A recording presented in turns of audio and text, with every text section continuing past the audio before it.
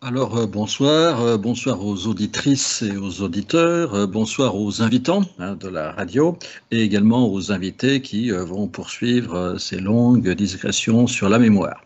Donc, je suis Philippe Pichot, chef de projet développement du Fort de Joux lié à la mémoire de Toussaint Louverture. J'ai été également à l'initiative de la création du réseau Route des Abolitions dans le Grand Est de la France il y a une vingtaine d'années et qui aujourd'hui s'est étendu dans le cadre d'un nouveau cluster mémoriel qui est le pôle mémoriel national de l'Est de la France et de la Suisse. Donc, sur ce grand territoire de tout l'Est de la France et qui inclut la Suisse, il y a aujourd'hui 25 sites et lieux de mémoire, tous liés aux personnages célèbres ou totalement inconnus qui, depuis le début de la colonisation, se sont élevés contre l'esclavage jusqu'à son abolition. Donc depuis 1648 à 1848, donc 25 personnages représentent toutes les grandes phases du combat contre l'esclavage, les temps forts, les dates principales, les mouvements, qu'ils fussent religieux, intellectuels ou révolutionnaires. Donc ce sont des figures qui sont célébrées dans les lieux de mémoire où ils ont vécu, où ils sont nés, où ils sont décédés. Donc il y a Victor Schœlcher, bien évidemment, l'abbé Grégoire, Alphonse de Lamartine, Voltaire, Diderot, Rousseau, Germaine de Staël et son père Jacques Necker, Toussaint Louverture, Anne-Marie Javoué, etc., etc. Donc 25 sites, donc 9 en Saône-et-Loire, des sites qui sont à la fois des châteaux, des fortifications, des musées, des maisons familiales ou natales, des stèles et divers monuments. Donc notre réseau, depuis une vingtaine d'années, est structuré dans une association et qui porte l'ensemble de ces lieux de mémoire en matière de promotion touristique, en matière de relations publiques auprès des médias ou de personnalités, d'actions pédagogiques et de sensibilisation, des rendez-vous de commémoration et d'événements, également des conférences, des séminaires que nous organisons.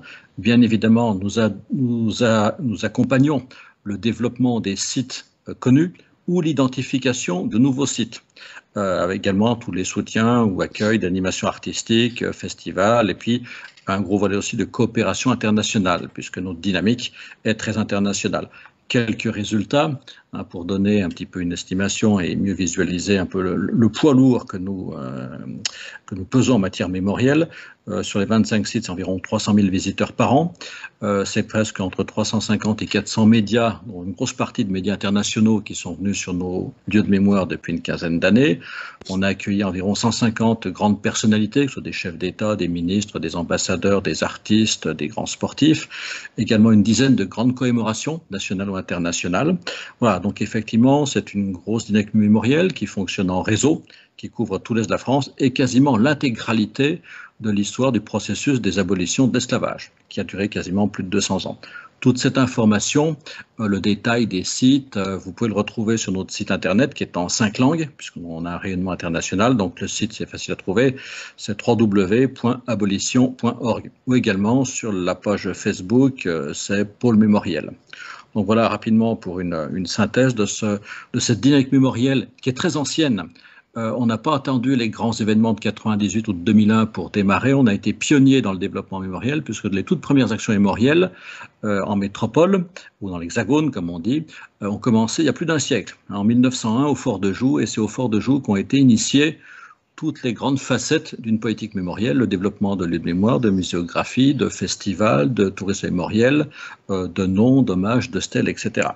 Et donc, Fort de Joux où repose Toussaint Louverture, c'est là? Voilà, effectivement, c'est le lieu où est le panthéon de Toussaint Louverture. Donc c'est aussi c'est un peu la locomotive mémorielle du réseau du pôle du Grand Est de la France. Voilà.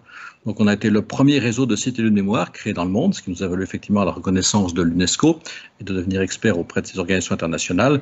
Et aujourd'hui, le cluster mémoriel, le pôle mémoriel est vraiment effectivement un peu quelque chose de très innovant, innovateur et qui n'a pas d'équivalent.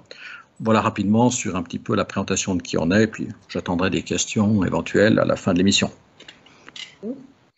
Donc, voilà, l'objet, c'était aussi de dire que cette année, enfin, ces 4 années passées, nous avons beaucoup travaillé sur la Saône-et-Loire, d'où votre intervention, et vous nous avez aidé à découvrir, à trouver les pages d'histoire qui étaient dans l'ombre. C'est d'ailleurs pour cela que notre radio s'appelle En trace clarté de l'ombre à la lumière.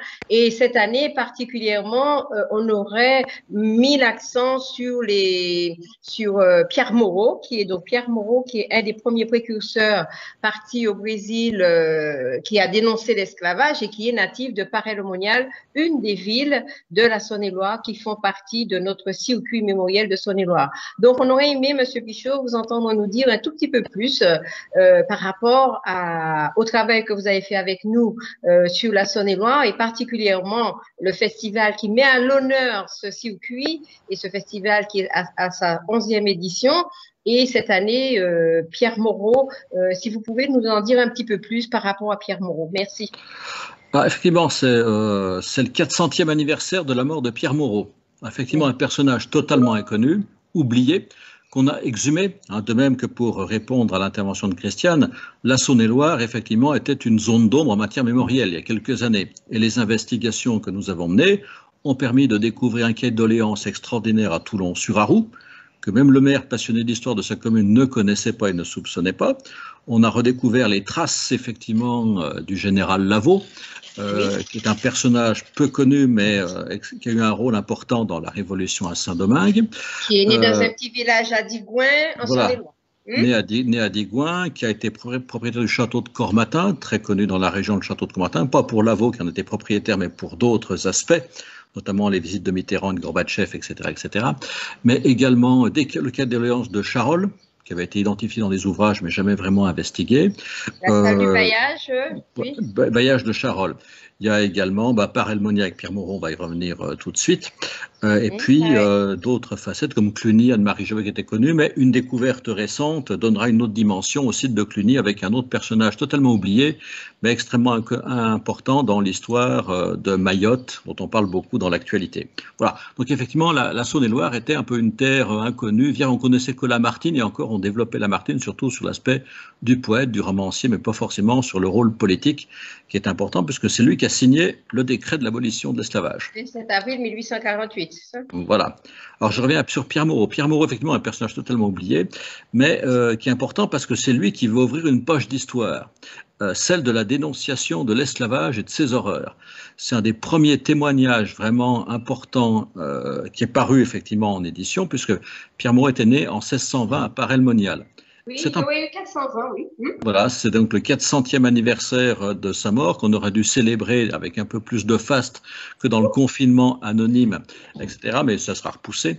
Donc il était protestant, puisque c'était une minorité religieuse dans un contexte très tendu au niveau des religions, et qui s'est engagé dans l'armée hollandaise. Dans les années 1640, qui part attaquer le Brésil, qui est aux mains des Portugais.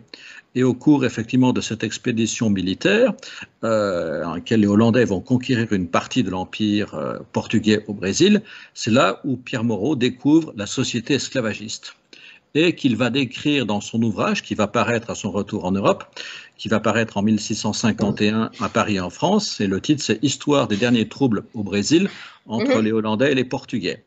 Et là, en fait, sur 80 pages, il y a une vingtaine de pages qui sont extrêmement intéressantes. Il dénonce toutes les horreurs de l'esclavage au Brésil, qu'il analyse de manière parfaite.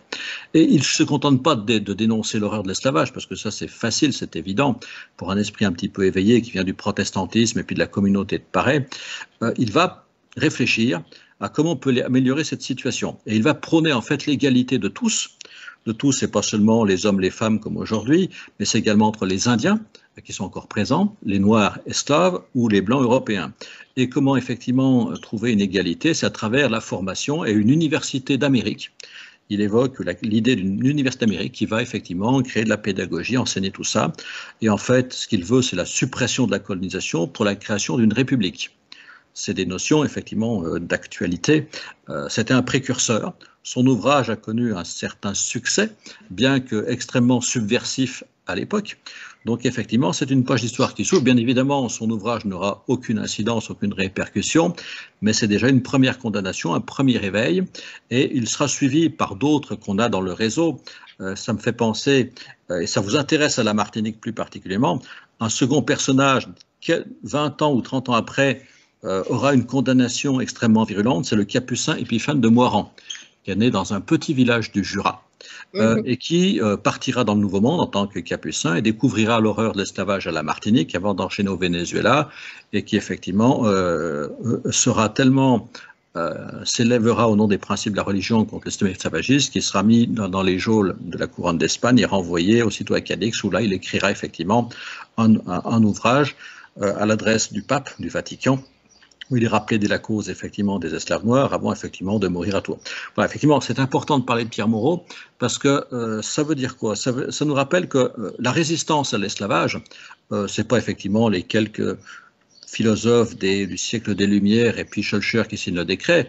La résistance à l'esclavage, elle a commencé par les résistances des esclaves eux-mêmes. Bien évidemment, dès le début de l'esclavage, il y a des premières résistances, ou même avant, déjà en Afrique. Mais effectivement, en parallèle, il y a aussi des résistances dans le monde colonial par des individus totalement isolés, précurseurs, et Pierre Moreau en est quasiment l'un des premiers. Donc c'est important de dire que la résistance à l'esclavage commence à la fois simultanément, dès le début du système esclavagiste, à la fois par les Noirs eux-mêmes, par le marronnage, la résistance individuelle ou les premières insurrections, mais également par des premiers voyageurs dans le Nouveau Monde, dont Pierre Moreau sera effectivement une des figures de proue, bien que oubliée, et il est important de le rappeler, et on développera sa mémoire à Paray-le-Monial, ainsi que sur le réseau de tous les lieux de mémoire, et en Saône-et-Loire plus particulièrement. Voilà. Alors nous avions, merci beaucoup M. Pichot, nous avions aussi beaucoup parlé aussi de ce deuxième cahier de doléances qui se trouvait aussi à Toulon-sur-Août, dont le premier est à Champagné. Toulon-sur-Août, aussi un petit village de la Saône-et-Loire, à côté de Paray-le-Monial, sur le circuit mémoriel de la Saône-et-Loire. Pouvez-vous nous dire le quai de doléances de Toulon-sur-Août est aussi exceptionnel. On en a découvert l'existence il y a 4 ou 5 ans. Il avait été identifié dans un ouvrage très spécialisé, mais qui avait complètement disparu d'ailleurs, et qui mentionnait à Toulon-sur-Août un cahier de doléances qui parle de l'esclavage. Donc on a fait des recherches, on a trouvé effectivement le contenu de ce cahier de doléances, et il est extraordinaire dans la mesure où, au-delà de la condamnation de l'esclavage, il implore effectivement le roi Louis XVI, pas seulement d'intervenir, parce que l'esclavage est un système quasiment, c'est une première mondialisation, ça concerne toute l'Europe, mais il demande à Louis XVI d'intervenir auprès de ses collègues souverains en Europe pour tous ensemble engager effectivement l'interdiction de la traite et de l'esclavage. C'est en ce sens-là qu'il préfigure un petit peu on pourrait dire effectivement une démarche universelle ou internationale qu'on aura en 1948 dans la Charte universelle des droits de l'homme avec l'article 4. Et alors comment effectivement dans un tout petit village perdu au fin fond de la Saône-et-Loire, on peut avoir une telle revendication aussi forte et puissante et visionnaire. Alors on a regardé un peu dans l'histoire locale, en cherchant un petit peu avec les sociétés d'histoire locale. Bon, on a découvert un petit peu comment ça s'est passé. C'est le maire de l'époque, Jean-Philippe Saclier, oui. Un maire assez dynamique, assez visionnaire.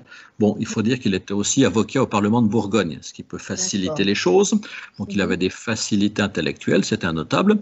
Et en tant qu'avocat au Parlement de Bourgogne, il ne faut pas oublier que dans le contexte de l'époque, les parlements provinciaux sont en guerre ouverte contre la royauté. Donc effectivement, et à l'époque, on a cru localement que l'influence était venue d'un voyageur issu de la commune 30 ou 40 ans auparavant. Et en fait, on s'aperçoit que M. Saclier était très ouvert à tous les ouvrages de l'époque, parce qu'effectivement, dans les années 1860, 70 et 80, il y a une effervescence des ouvrages. Il y a ceux des Lumières qu'on connaît parfaitement, des philosophes et d'autres d'ailleurs qui suivent dans le mouvement. Donc il y a effectivement toute une condamnation du système et notamment des volets sur l'esclavage. Et le cahier de doléances en fait a été inspiré par l'écrit de Jacques Necker. Jacques Necker, ministre de Louis XVI, qui en 1784 fait paraître un ouvrage de l'administration des finances de la France dans lequel il décrit effectivement l'esclavage. Il était anti-esclavagiste, Jacques Necker. D'ailleurs, aux États généraux, le 5 mai 1780, contrairement à ce qu'on a souvent dit, la question de l'esclavage est posée. C'est Jacques Necker qui, devant l'État généraux, évoque effectivement l'abomination de l'esclavage, en espérant qu'on y mettra fin. Bon, il ne sera pas entendu tout de suite au début de la Révolution, même après, c'est l'insurrection de Saint-Domingue qui créera effectivement le mouvement, mais Jacques Necker il y aura son héritière, qui est Madame de Staël, sa fille, qui reprendra le combat contre l'esclavage, et son petit-fils, Auguste de Staël, qui a été oublié, mais qui aurait dû être le Schœlcher de l'époque, puisqu'il est mort prématurément après avoir relancé le mouvement abolitionniste. Je rappelle que Jacques Necker, Germaine de Staël et son fils Auguste On coupe les caméras, il y a une caméra qui est allumée là. Voilà. Donc effectivement, donc effectivement, la stèle de Toulon-sur-Arroux évoque effectivement cette condamnation de l'esclavage, inspirée par l'ouvrage qui est un best-seller à l'époque, l'ouvrage de Necker. Et dans le pôle mémorial du Grand Est, nous avons effectivement le château de Coppet en Suisse, qui était propriété de Jacques Necker et où sa fille Germaine de Staël organisait effectivement un peu la révolution intellectuelle contre Napoléon, puisque tous les grands Européens venaient à Coppet, c'est le groupe de Coppet. Voilà, donc effectivement, c'est aussi un des autres lieux de mémoire de notre réseau, celui-là en Suisse.